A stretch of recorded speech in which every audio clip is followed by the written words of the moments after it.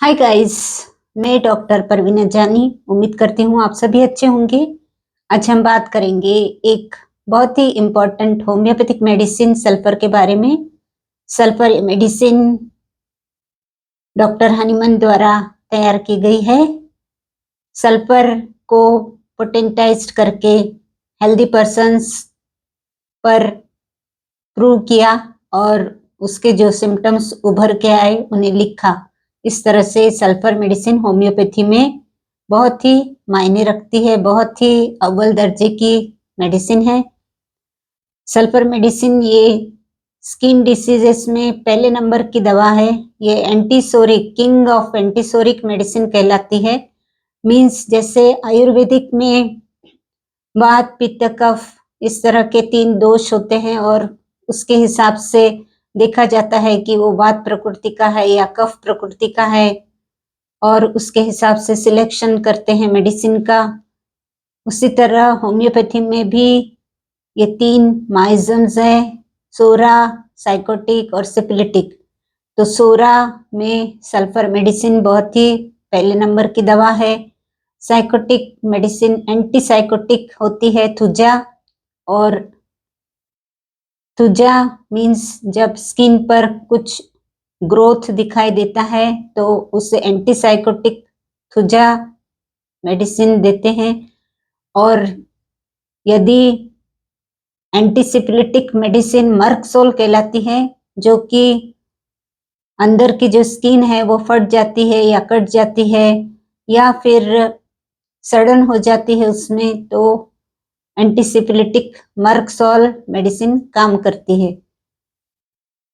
तो skin disease पर सबसे ज्यादा सल्फर का काम होता है। ये सोरियासिस में भी काम आती है, एक्जिमा में भी दी जाती है।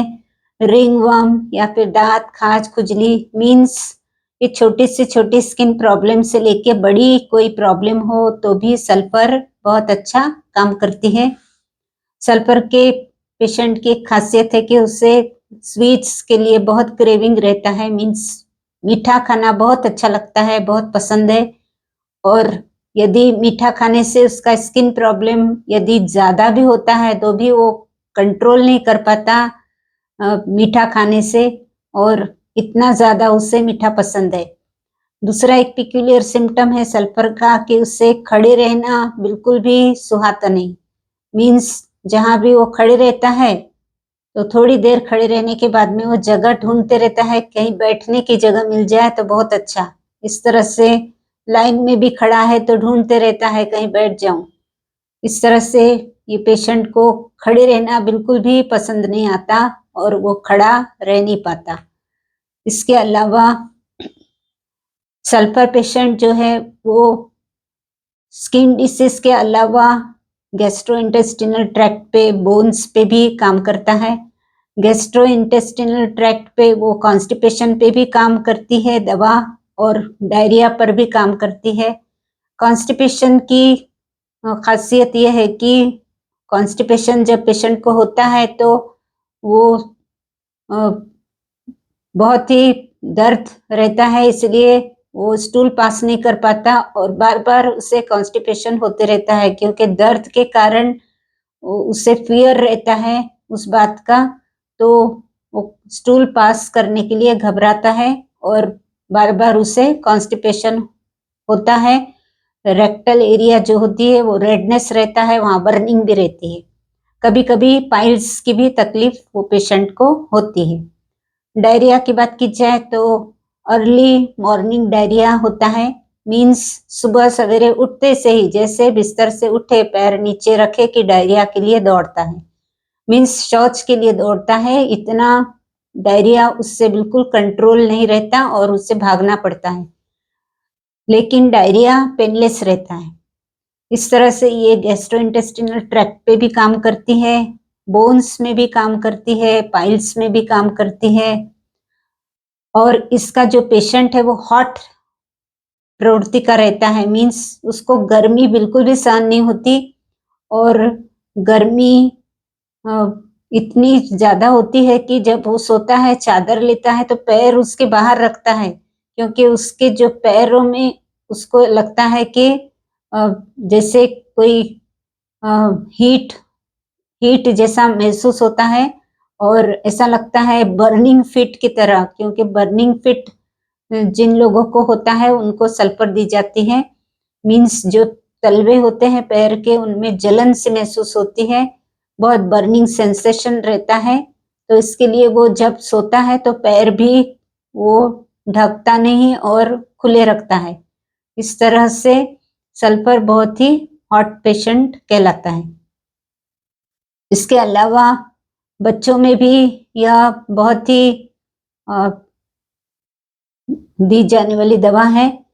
ऐसे बच्चे जिनको नहाना बिल्कुल भी पसंद नहीं है, जो बहुत जिद करते हैं, नहाना पसंद नहीं करते और बहुत फोर्स करने के बाद में नहाते हैं, इस तरह के बच्चे, और जिनको कॉन्स्टिपेशन की शिकायत रहती है, जिनको गर्मी भी बहुत अधिक लगती है, कॉन्स्टिपेशन भी रहता है, तो उसी तरह का कॉन्स्टिपेशन रहता है कि जोर लगाते वक्त उन्हें दर्द रहता है, इसलिए बार बार कॉन्स्टिपेशन होते रहता है। और मीठा खाना भी बहुत पसंद रहता है ऐसे बच्चों को, तो वर्म्स की भी शिकायत रहती है। तो ऐसे बच्चों को भी सल्फर मेडिसिन दी जाती है। इस तरह से ये मेडिसिन बहुत ही फायदेमंद है। इसके जो डोजेस रहते हैं, सल्फर को हमेशा 30 पोटेंसी में ही देना चाहिए। सल्फर का जो स्टार्ट करते हैं ट्रीटमेंट, वो सल्फर 30 से ही स्टार्ट करते हैं। 4-5 ड्रॉप्स आप डायरेक्ट टंग पर ले सकते हैं, या फिर 4-5 ड्रॉप्स 1 चम्मच पानी में भी ले सकते हैं, दिन में 3 बार। इस तरह से आप इसे कंटिन्यू कर सकते हैं।